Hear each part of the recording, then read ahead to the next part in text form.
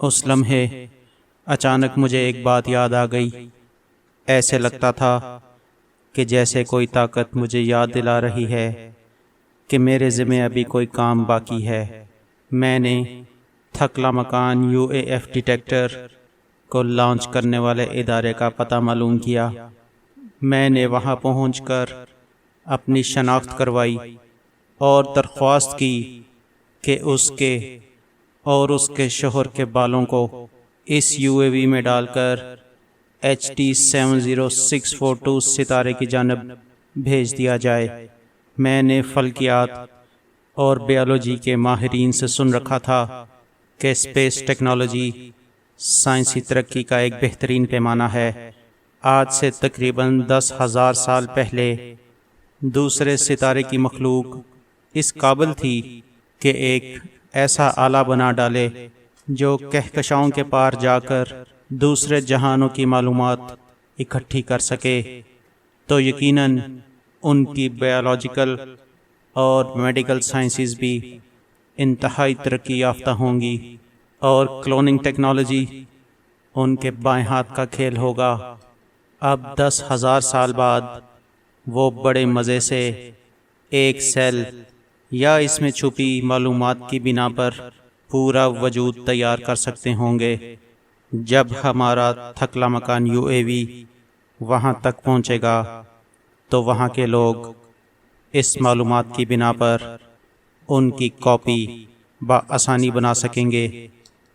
پھر وہ دونوں وہاں خوش و خرم زندگی بسر کریں گے۔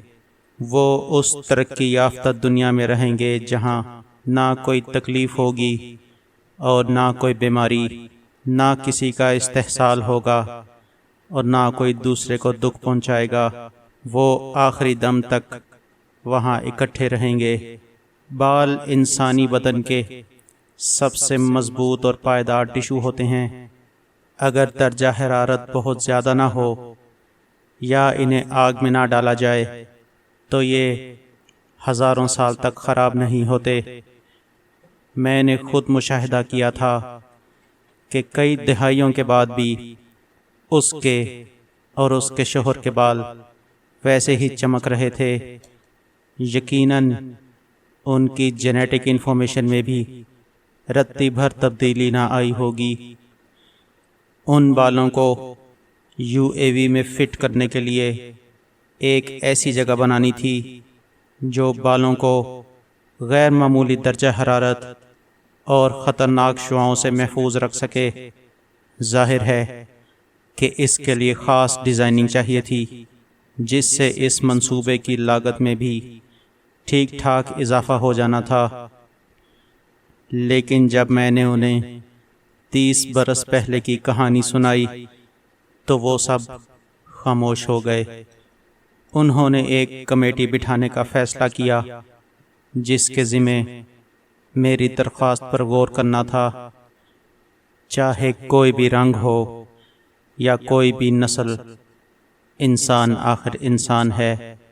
کمیٹی کے ارکان، جو مختلف ممالک سے آئے ہوئے ماہرین تھے، اس کہانی کو سن کر ہل کر رہ گئے۔ کئی تو اشک بار بھی ہو گئے۔ ان بالوں کو احتیاط سے ڈیٹیکٹر کی ایک مخصوص جگہ میں رکھ دیا گیا جہاں وہ ہر لحاظ سے محفوظ تھے۔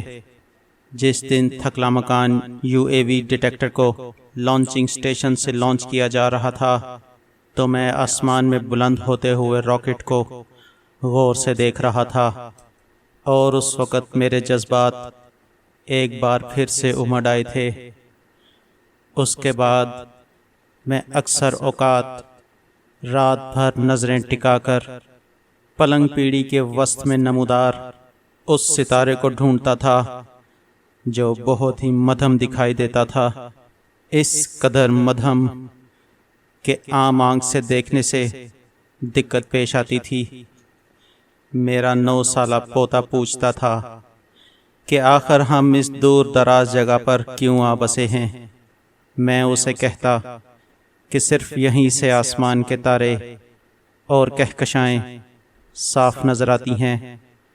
پھر وہ مجھ سے کریدنے کی کوشش کرتا کہ ہر رات میں کیا دیکھنے کی کوشش کرتا ہوں۔ میں اندھیرے میں آنسو بہا دیتا اور آہستہ سے کہتا، بیٹا، میں ان 2 نئے بننے والے ستاروں کو ڈھونڈتا ہوں جو ہمیشہ ایک ساتھ رہیں گے۔